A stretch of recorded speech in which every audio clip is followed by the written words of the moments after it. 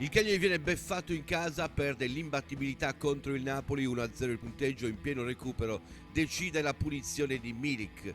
Andiamo a vedere i contenuti della partita in cui Maran ha sopperito alle tante assenze, mettendo dentro una squadra tatticamente perfetta, capace di reggere l'impatto. Il dominio del Napoli è evidente, ha detenuto il possesso di palla per il 61% contro il 39% del Cagliari che ha giocato soprattutto nella prima metà campo, ma quando ha attaccato si è fatto sentire nel suo 39%.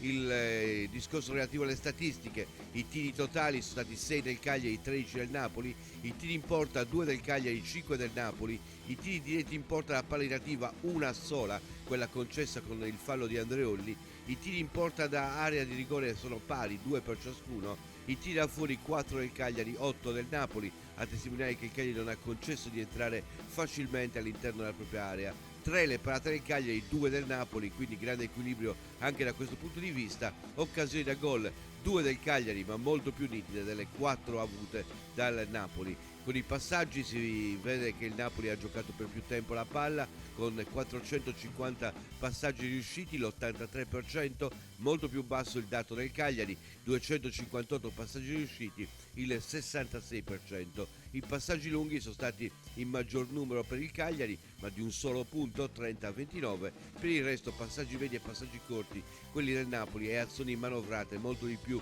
rispetto a quelle del Cagliari, che invece ha pareggiato il conto in termini di ripartenze, 23 per il Cagliari, 24 per il Napoli. Un Cagliari messo in campo in modo impeccabile, che ha corso chiaramente di più e a maggiore velocità per compensare al gap tecnico, ma non è bastato.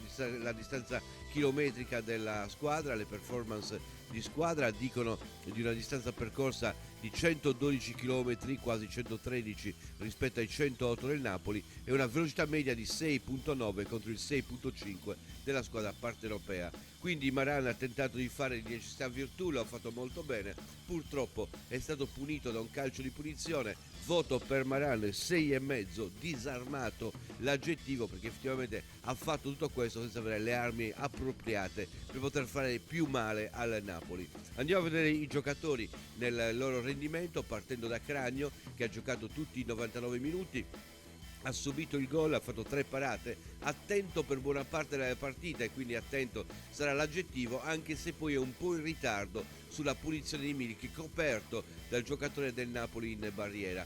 Voto per Cragno 6. Pisacane ha fatto una grande gara, 6,5 il voto che gli abbiamo dato, con 40 passaggi giocati, 27 andati a buon fine, quindi è anche alta la media da esterno destro. È stato anche autore dell'assist che Farias non ha sfruttato al meglio.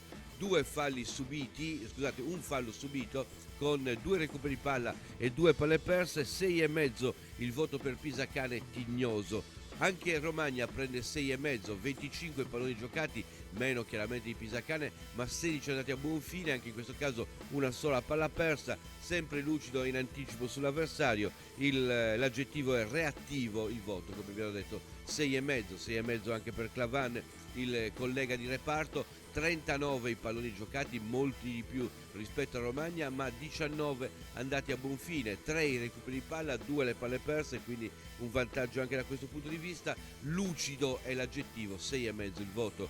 Padoini, come sempre, giocatore equilibrato, ha giocato 48 palloni con 22 andati a buon fine, ha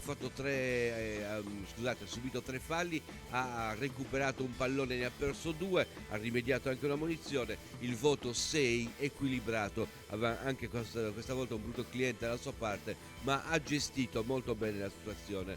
Ha giocato bene invece Faragò, che io definirei uno dei migliori, con un rendimento che è riassunto dai numeri: 49 palloni giocati con 24 andati a buon fine, con 3 recuperi di palla e 2 palle perse. Sempre attento, sempre pungente è stato anche il giocatore con maggior sprint nel Cagliari, e quindi per Faragò il voto è 7, pungente appunto l'aggettivo. Buona partita anche di Bradaric, 7 anche per lui il voto, presente l'aggettivo. Bradalic, che è stato colui che ha fatto più jog nel Cagliari secondo i rendimenti atletici e chilometrici, un Bradalic che ha smistato il gioco, 48 palloni giocati, 34 andati a buon fine, 5 recuperi palla, anche se poi ci sono ancora le palle perse che sono ancora una volta non bassissime, sono 4, però comunque una buona partita per Bradalic. 7 il voto presente. Ionizza, 34 palloni giocati, 20 andati a buon fine,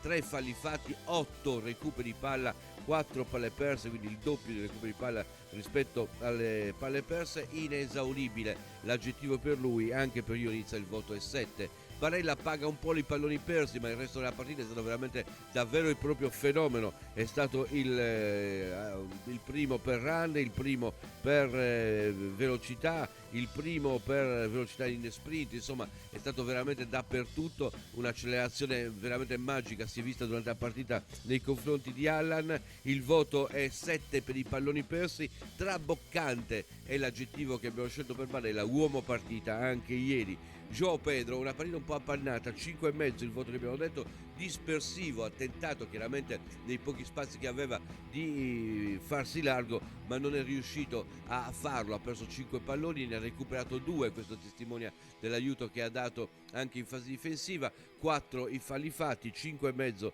il voto per João Pedro, dispersivo appunto l'aggettivo. Farias avrebbe potuto meritare veramente un bel voto se fosse stato un po' più concreto, 24 palloni giocati, solamente 9 andati a buon fine, ma 2 veramente azioni ficcanti che potevano essere concluse diversamente, un recupero di palla, 5 palloni persi per Farias. Sprecone è l'aggettivo che gli abbiamo dato, sarebbe cambiato del tutto il suo voto se avesse messo a segno quell'assist servito da Pisacane. 5,5 il voto per Farias.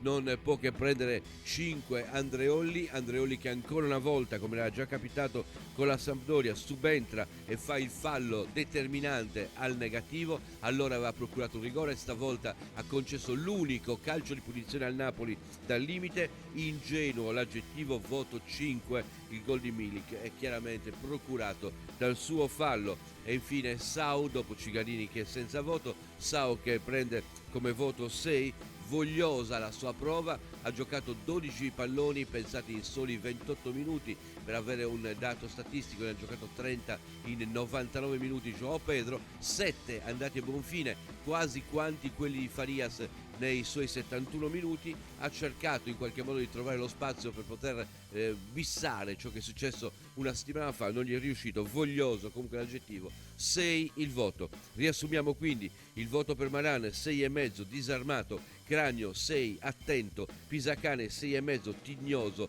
Romagna 6,5 reattivo, Clavan 6,5 lucido, Padoin 6 equilibrato, Faragò 7 pungente, Bradalic 7 presente, Ionizza 7 inesauribile, Barella 7 traboccante, João Pedro 5,5 dispersivo, Farias 5,5 sprecone, Andreoli 5 ingenuo, Cigarini senza voto, Sau 6 voglioso.